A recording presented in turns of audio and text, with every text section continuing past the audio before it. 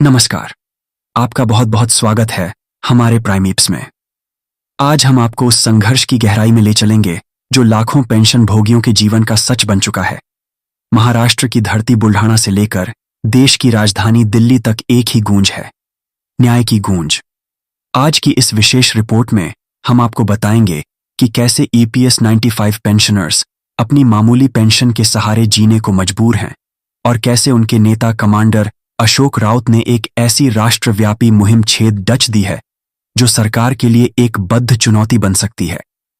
हम आपको उस अनशन की दास्तां भी सुनाएंगे जो पिछले 6 वर्षों से अनवरत जारी है, और सबसे महत्वपूर्ण, हम आपको कमांडर अशोक राउत का वह विशेष संदेश और उस पत्र का पूरा विवरण देंगे जिसे देश के हर सांसद और मंत्री तक पहुंचाने का लक्ष्य रखा गया है। तो बने रहिए हमारे साथ इस विशेष प्रस्तुति के अंत तक, क्योंकि यह सिर्फ एक काबर नहीं बल्कि 78 लाख लोगों की उम्मीदों और उनकी पीड़ की कहानी है। अगर आप हमारे चैनल पर पहली बार आए हैं और पेंशन से जुड़ी हर सच्ची और सटीक खबर से अपडेट रहना चाहते हैं तो सबसे पहले चैनल को सब्सक्राइब करना ना भूलें। और अगर हमारी यह प्रस्तुति आपके दिल को छू जाए तो इसे लाइक और शेयर करके लाखों पेंशन भोगियों की इस आवाज को और बुलंद करने में हमारा साथ दें। चलिए अब का खबरों के सिलसिले को आगे बढ़ाते हैं। सबसे पहले बात करते हैं उस अनशन की जो दृढ़ता और संकल्प का प्रतीक बन चुका है। महाराष्ट्र के बुलढाना में NSC यानी नेशनल एजुकेशन कमेटी के मुख्यालय के बाहर जिला अधिकारी कार्यालय के ठीक सामने EPS 95 पेंशन धारकों का श्रृंखलाबद्ध अनशन लगातार जारी है। आपको यह जानकर आश्चर्य होगा कि इस अनशन को चलते हुए 6 साल पूरे हो चुके हैं और अब यह अपने 7वें वर्ष में प्रवेश कर चुका है। आज 15 जुलाई 2025 मंगलवार को इस अनशन का 204वां दिन था। यह कोई मामूली बात नहीं है। यह उन अनगिनत वृद्ध पेंशन भोगियों के धैर्य की पराकाष्ठा है जो अपने हेकू के लिए दिन रात एक किए हुए हैं। आज के इस अनशन में राष्ट्रीय संघर्ष समिति के 2 वरिष्ठ नेताओं श्री PR लांडे जी और श्री SP चंद केसला जी ने भाग लिया। उन्होंने न केवल अनशन में बैठकर अपना विरोध दर्ज कराया बल्कि NSC की पूरी टीम के साथ मिलकर माननीय बुलढाना जिलाधिकारी के माध्यम से देश के प्रधानमंत्री श्री नरेंद्र मोदी जी के नाम एक ज्ञापन भी सौंपा। ये ज्ञापन सिर्फ एक कागज का टुकड़ा नहीं बल्कि उन लाखों लोगों की पीड़ा का दस्तावेज है जो हर रोज बेहतर भविष्य की आस में अपनी आंखें खोलते हैं।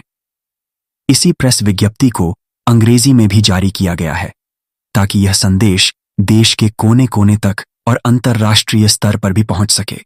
हम उन सभी गुमनाम नायकों को सलाम करते हैं जो इस अनशन का हिस्सा बन रहे हैं और अपनी टीम को मजबूती प्रदान कर रहे हैं। आपका यह त्याग और यह समर्पण व्यर्थ नहीं जाएगा। अब हम उस कांच की ओर बढ़ते हैं जिसका आपको बेसब्री से इंतजार है। राष्ट्रीय संघर्ष समिति NIC की ओर से एक अत्यंत महत्वपूर्ण और राष्ट्रव्यापी संदेश जारी किया गया है।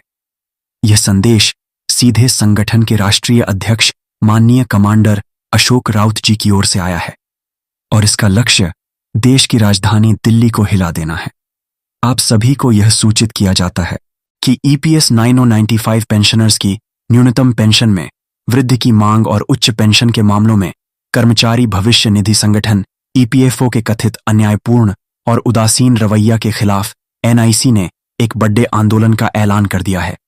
कमांडर अशोक राउत जी ने दिनांक 4 अगस्त और 5 अगस्त 2025 को दिल्ली के जंतर मंतर पर एक राष्ट्रीय स्तर के विशाल धरना प्रदर्शन की घोषणा की है।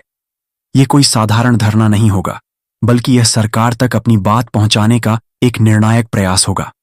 इस आंदोलन की गंभीरता का अंदाजा आप इसी बात से लगा सकते हैं कि NSC की ओर से दिनांक 11 जुलाई 2025 को ही इस आंदोलन का औपचारिक नोटिस केंद्रीय भविष्य निधि आयुक्त और CBT के सदस्य सचिव को भेज दिया गया है। इतना ही नहीं, इस नोटिस की प्रतियां देश के अन्य सभी संबंधित और महत्वपूर्ण महानुभावों को भी प्रेषित कर दी गई हैं ताकि किसी को यह कहने का अवसर न मिले कि उन्हें इसकी जानकारी नहीं थी। कमांडर अशोक राउत जी ने देश भर के सभी EPS 95 पेंशन भोगियों से अपील की है कि वे आज से ही इस आंदोलन की सफलता के लिए जुट जाए। इसे एक विशेष अभियान के रूप में लेते हुए सभी पेंशन भोगी इस मुहिम से जुदा कर अपनी भागीदारी सुनिश्चित करें। क्योंकि यह एक सर्वविदित तथ्य है कि किसी भी बद्ध जीत के लिए तैयारी भी उतनी ही बद्ध और सुनियोजित होनी चाहिए। यह लड़ाई अब एक निर्णायक मोड़ पर आ चुकी है और इसमें प्रत्येक पेंशन भोगी का सहयोग अत्यंत आवश्यक है। लेकिन दिल्ली का आंदोलन ही एकमात्र रणनीति नहीं है।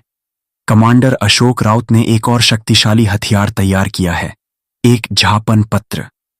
एनआईसी की जिला टीमों द्वारा माननीय मंत्रियों और सांसदों को सौंपे जाने के लिए एक विशेष पत्र जारी किया गया है। ये पत्र अब सिर्फ एक आवेदन नहीं बल्कि एक चार्ज शीट है जो व्यवस्था की खामियों को उजागर करता है। चलिए हम आपको इस पत्र के हर एक शब्द का महत्व समझाते हैं। इस पत्र की शुरुआत कुछ इस प्रकार होती है। प्रतिष्ठा में माननीय श्रीमान श्रीमती माननीय सांसद केंद्रीय मंत्री भारत सरकार नई दिल्ली। इसके बाद आता है विषय जो इस पूरी लड़ाई का सार है। विषय नगण्य मासिक पेंशन एवं चिकित्सा सुविधा के अभाव में अत्यंत दयनीय जीवन जी रहे देश के लाखों वृद्ध ईपीएस 95 पेंशनर्स को न्याय प्रदान करने हेतु यह विषय अपने आप में उन लाखों लोगों की कहानी कह देता है जिन्हें आज अपने ही देश में सम्मान से जीने का अधिकार नहीं मिल पा रहा है। पत्र में आगे जो लिखा गया है वह किसी भी संवेदनशील व्यक्ति को झकझोर कर रख देगा। आदरणीय महोदय महोदया जी, सविनय सादर अनुरोध है कि राज्य एवं केंद्र सरकार के सार्वजनिक निजी एवं मीडिया क्षेत्र के साथ साथ औद्योगिक एवं सहकारी क्षेत्र के सेवानिवृत्त कर्मचारी यानी ईपीएस 95 पेंशनर्स, जिनकी देश में संख्या लगभग 78 लाख है, आज अत्यंत दयनीय अवस्था में जीवपन करने को विवश हैं। इसका मुख्य कारण उन्हें मिलने वाली औसतन मासिक पेंशन राशि है जो मात्र RS 1470 है। इस महंगाई के द्वार में इतनी कम राशि में गुजारा करना असंभव है। इसके साथ ही चिकित्सा सुविधा का पूर्ण अभाव उनके जीवन को और भी कष्टमय बना रहा है। ये एक कटु सत्य है कि पेंशन की आस लगाए हर रोज सैकड़ों की संख्या में पेंशन भोगी इस संसार से विदा हो रहे हैं। इनमें हमारे प्रदेश के ईपीएस 95 पेंशनर्स और उनके परिवारजन भी शामिल हैं। ये पैराग्राफ सिर्फ शब्द नहीं बल्कि आंख दे और भावनाएं हैं। ये बताता है कि यह लड़ाई सिर्फ पैसों की नहीं बल्कि जीवन और मृत्यु की लड़ाई बन चुकी है। पत्र में आगे संघर्ष के लंबे इतिहास का भी जिक्र है। हमारे संगठन के द्वारा पिछले 9 वर्षों से भी अधिक समय से वृद्ध ईपीएस 95 पेंशनर्स को न्याय प्रदान करवाने की दृष्टि से तहसील स्तर से लेकर राष्ट्रीय राजधानी दिल्ली स्तर तक विविध प्रकार के अनगिनत आंदोलन किए गए हैं और यह संघर्ष आज भी जारी है। अनेक माननीय सांसदों ने इस महत्वपूर्ण मुद्दे को सदन में भी उठाया है। माननीय श्रम मंत्री एवं माननीय वित्त मंत्री जी भी ईपीएस पेंशनर्स के प्रति सकारात्मक दृष्टिकोण रखते हैं। लेकिन हमें यह कहते हुए अत्यंत दुखद हो रहा है कि इन सभी प्रयासों और सकारात्मक आश्वासनों के बावजूद अभी तक हमें न्याय नहीं मिला है। इसका परिणाम यह है कि ईपीएस 395 पेंशनर्स में निराशा और रोष अब अपनी चरम सीमा पर पहुंच चुका है। यह हिस्सा सरकार और प्रशासन को यह याद दिलाता है कि यह कोई नई मांग नहीं है बल्कि एक लंबे समय से चली आ रही जायज लड़ाई है जिसे अब और टाला नहीं जा सकता। अब पत्र के सबसे महत्वपूर्ण हिस्से पर आते हैं जिसमें स्पष्ट रूप से मांगे रखी गई हैं। अतः आपसे विनम्र निवेदन है कि कृपया निम्नलिखित मांगों पर तत्काल ध्यान देकर वृद्ध ईपीएस 95 पेंशनर्स को न्याय प्रदान करें। न्यूनतम मासिक पेंशन को बढ़ाकर अधिक से अधिक किया जाए ताकि पेंशन भोगी अपना जीवन सम्मानपूर्वक जी सकें। सभी पेंशन भोगियों को आयुष्मान भारत योजना के अंतर्गत स्थायी चिकित्सा सुविधा प्रदान की जाए। माननीय सुप्रीम कोर्ट के दिनांक 4 अक्टूबर 2016 और 4 नवंबर 2022 के निर्णयों के अनुसार बिना किसी भेदभाव के सभी पात्र सदस्यों को उच्च पेंशन का लाभ तत्काल प्रभाव से लागू किया जाए। यह मांगे बिल्कुल स्पष्ट और तर्कसंगत हैं। यह कोई भीख नहीं बल्कि अधिकार की बात है। पत्र का समापन एक भावनात्मक और पुरजोर अपील के साथ होता है। यह भी विशेष निवेदन है कि उपरोक्त न्यायोचित मांगों को शीघ्र अतिशीघ्र मंजूर करवाने हेतु कृपया माननीय महोदय महोदया जी आप स्वयं या अन्य सांसद गण के सहयोग से एक समूह के रूप में माननीय प्रधानमंत्री श्री नरेंद्र मोदी जी से विशेष मुलाकात कर इस समस्या का अविलंब समाधान करवाएं और हमें कृतार्थ करें। आपके इस प्रयास से निराश ईपीएस मैंटिफाइड पेंशनर्स के चेहरों पर मुस्कान लौट आएगी और हमारे संगठन के मुख्यालय बुल्लढाणा महाराष्ट्र में पिछले 2-3 दिनों से भी अधिक समय से जारी क्रमिक अनशन भी समाप्त हो सकेगा। सादर सहित आपका कृपा अभिलाषी नाम और हस्ताक्षर। यह पत्र एक मास्टर स्ट्रोक है। यह हर सांसद और मंत्री को सीधे तौर पर जवाबदेह बनाता है। अब वे यह नहीं कह सकते कि उन्हें पेंशन भोगियों की पीड़ की जानकारी नहीं है। कमांडर अशोक राउत की यह रणनीति निश्चित रूप से सरकार पर दबाव बनाएगी।